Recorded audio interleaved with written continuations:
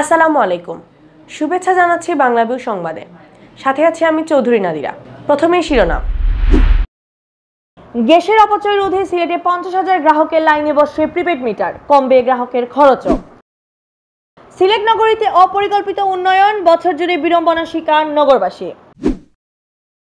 যাদের ইকামা ও ভিসা আছে তাদেরকে সৌদি ফিরে যাওয়ার ব্যাপারে দুশ্চিন্তা না করতে বললেন পররাষ্ট্রমন্ত্রী। দেশে 24 ঘন্টায় করোনা আক্রান্ত শনাক্ত 1400, একই সময়ে সুস্থ হলেন প্রায় 2000। সিলেট বিভাগে একদিনে আক্রান্তের সংখ্যার দ্বিগুণ, সুস্থ মারা গেছেন আরও 2 জন। সাভারে স্কুল ছাত্রী নিরালয় হত্যাকারীদের দৃষ্টান্তমূলক শাস্তির দাবিতে সিলেটে মানববন্ধন। সিলেটে আলোক প্রজ্বলনের মধ্য দিয়ে প্রগতিশীল ছাত্রনেতা মুনির, তপন ও জুয়েলকে স্মরণ, খুনিদের দৃষ্টান্তমূলক শাস্তি দাবি। সামাজিক সংগঠন সোসাইটি ওয়েলফেয়ার অ্যাসোসিয়েশন সিলেটের উদ্যোগে ফ্রি খতনা ক্যাম্প অনুষ্ঠিত। শুনছিলেন শিরোনাম, এখন বিস্তারিত। সিলেটে গ্যাসের অপচয় ও খরচ কমাতে জালালাবাদ গ্যাসের আওতাধীন প্রায় 50,000 গ্রাহকের লাইনে বসানো হবে প্রিপেড মিটার। ইতিমধ্যে মিটার বসানোর সব প্রস্তুতিও সম্পন্ন হয়েছে, এখন শুধু সংযোগ দেওয়ার পালা। এতে গ্যাস বিতরণ লাইনে লিকেজ জনিত অপচয় রোধ হবে। এতে ব্যয় করা হয়েছে 118,55,00,000 টাকা। জালালাবাদ গ্যাস সূত্র জানায়, প্রিপেড মিটার বসানোর পর প্রতিটি আবাসিক গ্রাহকের মাসিক গড় গ্যাস ব্যবহার 66 ঘনমিটার থেকে 40 ঘনমিটারে নেমে আসবে। অর্থনৈতিক প্রবৃদ্ধি বাড়বে। প্রকল্পের আওতায় ডাটা সেন্টার ও ডাটা রিকভারি সেন্টার এবং প্রয়োজনীয় ওয়েব সিস্টেম, হার্ডওয়্যার ও সফটওয়্যার স্থাপন করবে সরকার। মিটারবিহীন আবাসিক গ্রাহকের অভ্যন্তরীণ জিআই লাইনে লিকেজজনিত কারণে প্রচুর পরিমাণে গ্যাস অপচয় হয়। অনেক গ্রাহক সচেতন নয়, এমনকি বিষয়টি কোম্পানিকেও অবহিত করে না। গ্রাহক মনে করেন গ্যাস যতই অপচয় হোক না কেন 975 টাকার বেশি দিতে হয় না।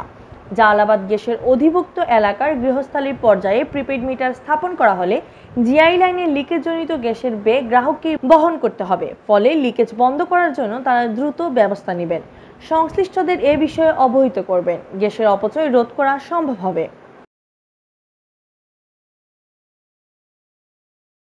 সিলেট নগরীর সবচেয়ে ব্যস্ততম সড়ক চৌহাট্টা জিন্দাবাজার কোর্ট পয়েন্ট। প্রায় 1 বছর ধরে সড়কটিতে চলছে খোঁড়াখুঁড়ি।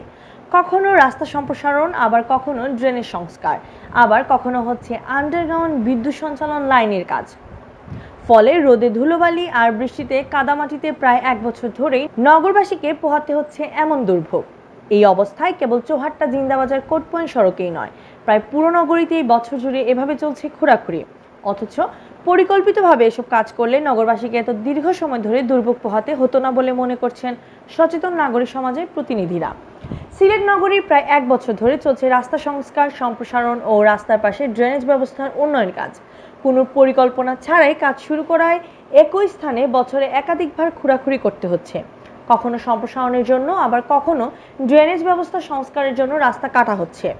রাস্তা সম্প্রসারণের জন্য উভয় পাশের স্থাপনা ভেঙে ড্রেন সরালেও বর্ধিত অংশ পিচ না করে ফেলে রাখা হচ্ছে মাসের পর মাস। এছাড়া রাস্তা সম্প্রসারণ হলেও রাস্তার মাঝে থেকে যাচ্ছে বিদ্যুতের খুঁটি। এতে রাস্তা সম্প্রসারণের সুবিধাভোগের চেয়ে দুর্ঘটনায় আতঙ্ক চেপে বসে নগরবাসীর মধ্যে। Electric supply Ambarkhana Chowhatta Zindabazar court point পর্যন্ত সড়কের উভয় পাশের বিদ্যুতের লাইন মাটি নিচতে নেওয়ার জন্য প্রায় 2 বছর ধরে চলছে খোঁড়াখুঁড়ি। রাস্তার এক পাশে বিদ্যুৎ বিভাগের খোঁড়াখুঁড়ি শেষ হলে শুরু হয় সিটি কর্পোরেশনের রাস্তা সম্প্রসারণ ও ড্রেনেজের কাজ। এতে ভোগান্তির শেষ নেই এ সড়কে। শুষ্ক মৌসুমে ধুলাবালির কারণে এই রাস্তা দিয়ে চলাচল কষ্টসাধ্য হয়ে পড়ে। আর বৃষ্টি হলে তো শেষ নেই দুর্ভোগের। কাদামাটিতে সব একাকার। ফুটপাত দিয়ে হাঁটতে গেলেও ঘটছে দুর্ঘটনা। এছাড়া রাস্তার পাশে দিনকে দিন নির্মাণ সামগ্রী ফেলে রাখায় রাস্তা দিয়ে পায়ে হাঁটা দুষ্কর হয়ে পড়ে। ফেলে রাখা নির্মাণ সামগ্রীর জন্য যানজটও লেগে থাকে। আর এসব কারণে মারাত্মক ক্ষতির শিকার হচ্ছেন রাস্তার পাশের ব্যবসা প্রতিষ্ঠানের মালিকেরা। গুরুত্বপূর্ণ এই রাস্তা ছাড়াও সংস্কারের অভাবে সিলেট নগরীর পাঠানটোলা, মদিনা মার্কেট, আখালিয়া, বন্দরবাজার, সুবানীঘাট উপশহর সহ বিভিন্ন সড়ক দিয়ে চলাচল করা কষ্টসাধ্য হয়ে দাঁড়িয়েছে। এ ব্যাপারে Sylhet metropolitan chamber of commerce and ইন্ডাস্ট্রির সাবেক সিনিয়র সহসভাপতি আব্দুল জব্বার জলিল বলেন, সিলেট নগরীর রাস্তাঘাট সম্প্রসারণ ও জলাবদ্ধতা নিরসনের ড্রেনেজ ব্যবস্থার উন্নয়ন কাজ হচ্ছে ঠিকই, কিন্তু কোনো পরিকল্পনা ছাড়াই চলছে এসব কাজ। কোনো কাজ কখন শুরু করে কতদিনের মধ্যে শেষ করলে মানুষের অসুবিধা কম হবে, এসব নিয়ে সিটি কর্পোরেশনের কোনো মাথা ব্যথাই নেই। অপরিকল্পিত উন্নয়ন ও অনেক সময় দুর্ভোগের কারণ হয়ে দাঁড়ায় তা নগরবাসী বুঝতে পারলেও কেবল বুঝতে পারছে না সিটি কর্পোরেশন। এ ব্যাপারে সিলেট সিটি কর্পোরেশনের নির্বাহী প্রকৌশলী আলী আকবর জানান, নগরীর বিভিন্ন সড়ক সম্প্রসারণের কাজ শেষ হয়েছে। কয়েকটি সড়কের সম্প্রসারিত অংশে পিচের কাজ বাকি রয়েছে। বিদ্যুৎ বিভাগ তাদের খুঁটি না সরানোর কারণে পিচের কাজ করা যাচ্ছে না। জিন্দাবাজার সড়কে বিদ্যুৎ বিভাগের আন্ডারগ্রাউন্ড প্রকল্পের কাজ শেষ না হওয়ায় বৃষ্টির সময় মানুষের কিছুটা দুর্ভোগ হচ্ছে।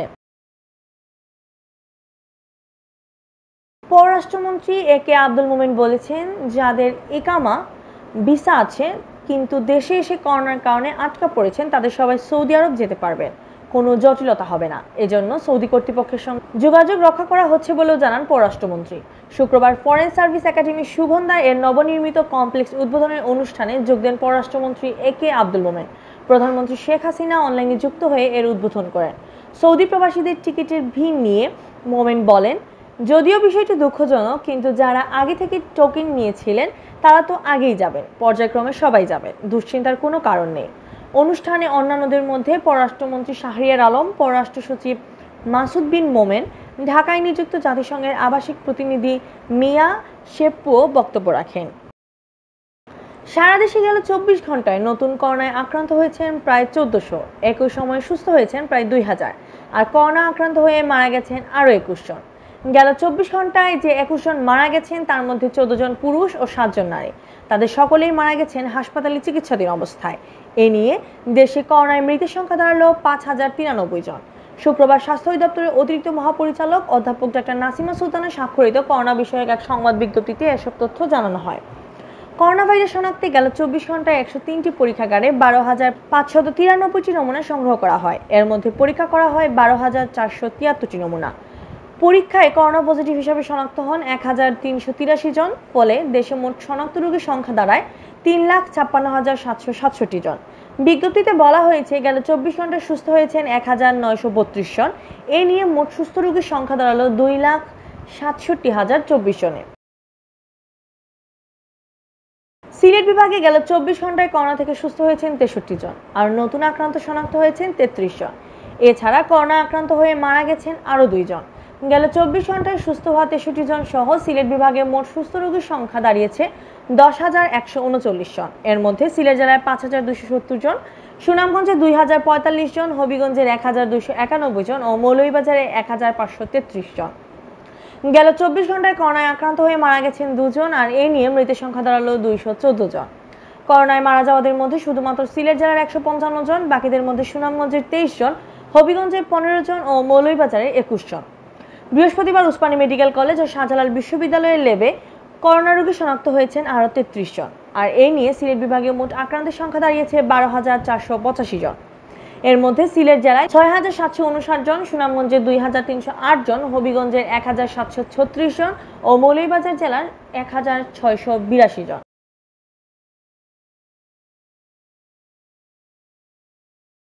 সাভারের স্কুল ছাত্রী নীলা রায় হত্যাকারীদের দৃষ্টান্তমূলক শাস্তির দাবিতে সিলেটে মানববন্ধন ও সমাবেশ অনুষ্ঠিত হয়েছে।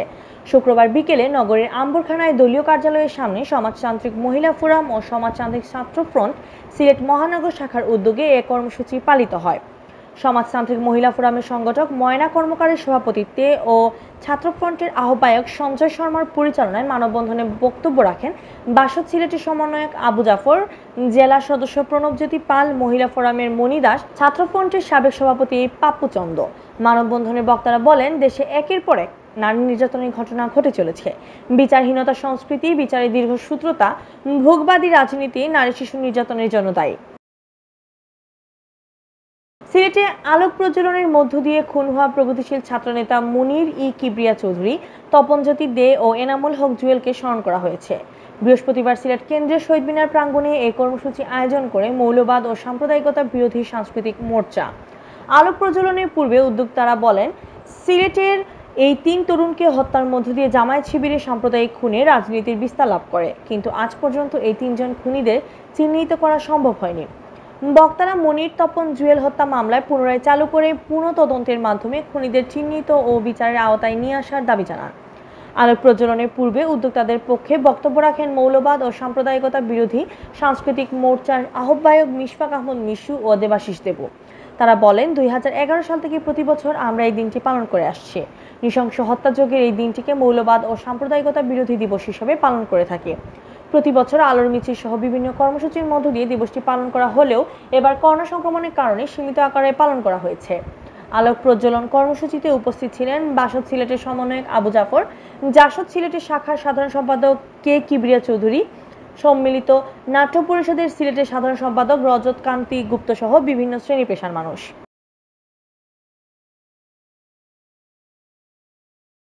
সামাজিক সংগঠন সোসাইটি ওয়েলফেয়ার অ্যাসোসিয়েশন সিলেটের উদ্যোগে ফ্রি খতনা ক্যাম্প অনুষ্ঠিত হয়েছে।